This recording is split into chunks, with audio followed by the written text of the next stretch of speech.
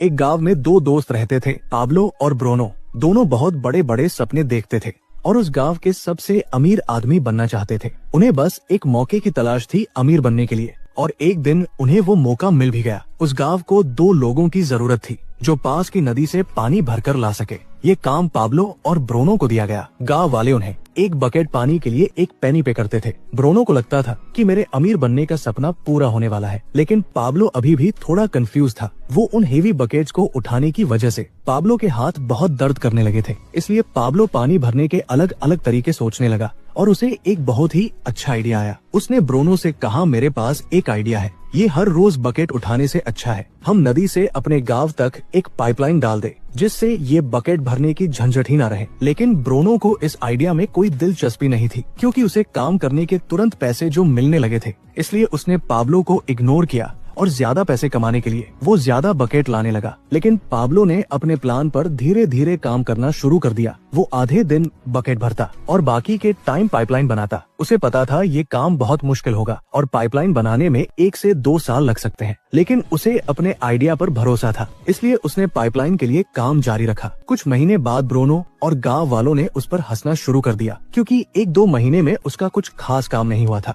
इसलिए गांव वाले उसे पाब्लो द पाइपलाइन मैन कहकर उसका मजाक उड़ाते थे। और दूसरी तरफ बकेट भरने वाले ब्रूनो की इनकम डबल हो चुकी थी। वो एक बड़ा घर खरीद चुका था, उसकी लाइफस्टाइल बदल चुकी थी। ब्रूनो जब वीकेंड्स पर मजे करता तब भी पाब्लो पाइपलाइन के लिए खुदाई का काम करता था। और कुछ ही महीने बाद पाब्लो की आधी पाइपलाइन बन चुकी थी, जिसकी वजह से उसे पानी भरने के लिए अब आधे रास्ते तक ही आना पड़ता था। इससे उसका काफी टाइम बचने लगा और वो पाइपलाइन बनाने में ज्यादा टाइम देने लगा। इधर कुछ महीनों बाद ब्रूनो को रियलाइज हुआ कि रोजाना इतनी बकेट उठाने से उसका शरीर अब पूरी तरह से थक चुका था। अब वो पहले जितना पानी नहीं ला सकता था, जिसकी वजह से वो बहुत परेशान रहने लगा। और इस तरह महीने गुजरते गए, पर पाब्लो ने अपनी पाइपलाइन पर काम जारी रखा और देखते ही देखते कुछ ही साल में पाब्लो ने पाइपलाइन कंप्लीट कर ली। अब वो बकेट उठाने की जगह पाइपलाइन से गांव वालों को 24 घंटे 7 दिन फ्रेश पानी देता था, जिससे पाब्लो पहले से बहुत ज्यादा कमाने लगा था। अब सिचुएशन ऐसी हो गई थी कि अगर पाब्लो काम नहीं भी करता, यानी अगर वो सो रहा हो, पार्टी कर रहा हो